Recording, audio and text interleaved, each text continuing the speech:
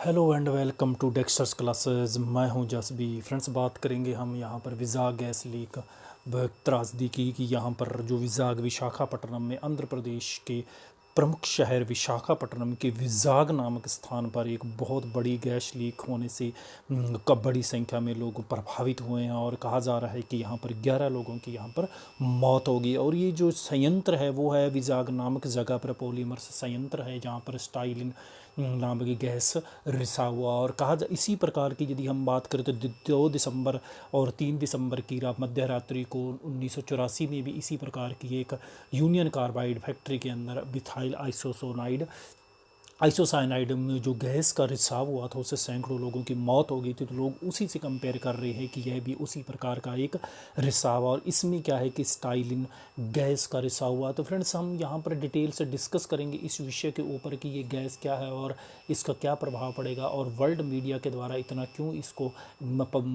Discuss किया जा रहा है। दुनिया के बड़े बड़े जो मीडिया संस्थान उनके द्वारा इसको प्रमुखता से कवरेज किया जा रहा है।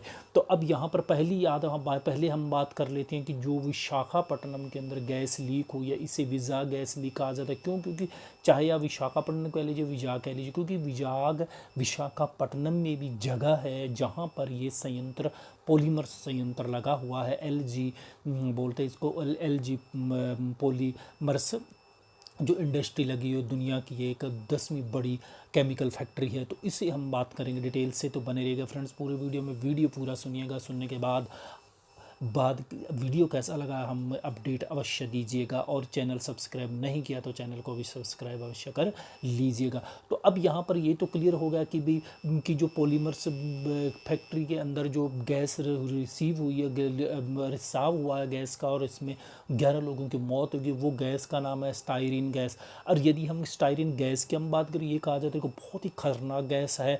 पहले यहाँ पर ये डेली इस गैस का यूज किस में होता, तो इस गैस से क्या कि प्लास्टिक बनाई जाती है, रेजिन बनाई जाती है। और इस गैस से यानी कि प्लास्टिक के जितने भी आप देखते हो कूलर में या फ्रिज में, गाड़ियों में, कारों में, या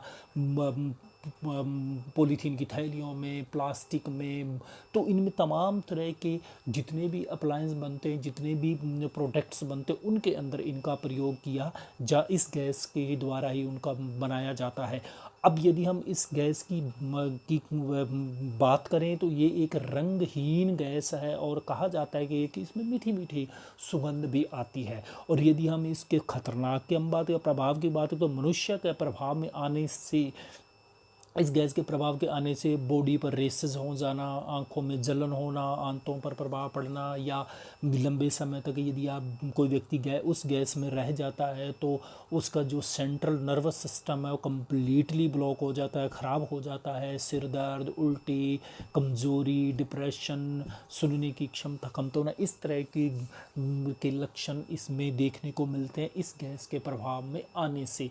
तो अब यदि हम बात करें तो ये क्लियर होगा। अब यदि बात करें कि इस गैस की फैक्ट्री के बारे में बात करें कि इसके अंदर ये गैस रिलीव क्यों है, देखिए यदि ऑफिशियली हम बात करें तो अभी तक इसके ऊपर कम्प्लीटली कोई अपडेट नहीं मिला है। लेकिन जो प्राइमरी जो कारण बताए जा रहे हैं वो ये कहा जा रहा है कि जब लॉकडाउन होने से, काफ़ी ज़्यादा लंबे समय से लॉकडाउन रहने से, फैक्ट्री बंद होने से प्रॉपरली इसका मेंटेन नहीं हो पाया। मज़दूर क्योंकि यहाँ पर बहुत कम वर्क कर पाते हैं लॉकडाउन की वजह से, जिस वजह से रख रखाव न सही ढंग से होने के कारण इसका रिसाव हुआ है। लेकिन यदि आप कंपनी के ऑफिशियली स्टेटमेंट की बात करें तो ये कहा जा रहा है कि एक तो उन्होंने कहा कि टेम्परेचर में बदलाव आने से, मौसम बदलने के साथ लिक्विड गैस है जो उसका वेपराइज हो गया है, जिस वजह से भी ये गैस का रिसाव हुआ है, ये कहा जा रहा है। लेकिन आने वाले समय में क्या रीज़न मिलते हैं, क्या अपन को अपडेट मिलता है, तो उसके ऊपर अपने एक वीडियो और ले आएंगे। तो लेकिन अब यहाँ पर हम बात यदि इस कंपनी के बारे में हम बात करें, इस फैक्ट्री के बारे में बात करें, तो ये इसकी स्थापना हुई थी वो हुई थी 1961 में हुई थी हिंदुस्तान पॉलीमर्स के नाम पर।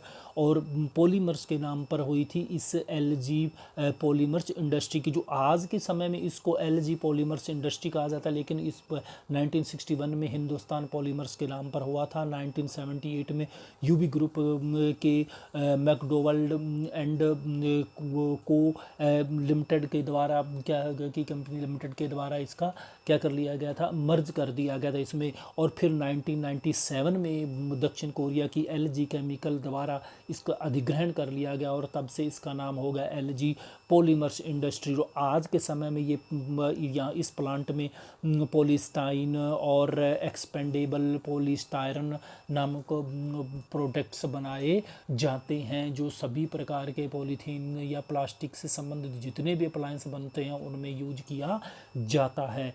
तो फ्रेंड्स, अब यहाँ पर इस को इतना वर्ल्ड मीडिया के द्वारा इतना कवरेज क्यों किया जा रहा है क्योंकि आज मैंने काफ़ी देखा कि वर्ल्ड मीडिया के ऊपर भी इसके ऊपर काफ़ी ज़्यादा डिस्कस हो रही है। क्योंकि देखिए, समस्या यहाँ पर ये आती है कि वर्ल्ड मीडिया के अंदर आज इसके ऊपर डिस्कस इसलिए किया जाता है क्योंकि भारत के अंदर एक तरफ हम लगातार निवेश बढ़ाने की कोशिश कर रहे हैं। जैसा कि आप देखते हैं कि चाइना से कंपनियां निकल कर भारत को तरफ देख रही है, भारत में आने की कोशिश कर रही है, लेकिन वहाँ इस प्रकार की घटनाएं होंगी तो फिर वो अपने आप को किस प्रकार से सिक्योर पाएंगे, क्योंकि वो फिर ये सोचेंगे कि भारत के अंदर हेल्थ को लेकर इतनी अवेयरनेस अभी तक नहीं है, हेल्थ को लेकर इतनी सिक्योरिटी नहीं है। तो ये हमें हमारी सरकारों को गंभीरता सोचना होगा। यदि हमें आने वाले समय में भारत के अंदर निवेश को बढ़ावा देना है तो आप इस घटना के संबंध में फ्रेंड्स क्या समझते हैं, आपका क्या व्यू है, तो अब आप कमेंट बॉक्स में अपना व्यू रख सकते हैं। वीडियो कैसा लगा ये भी अवश्य बताइएगा,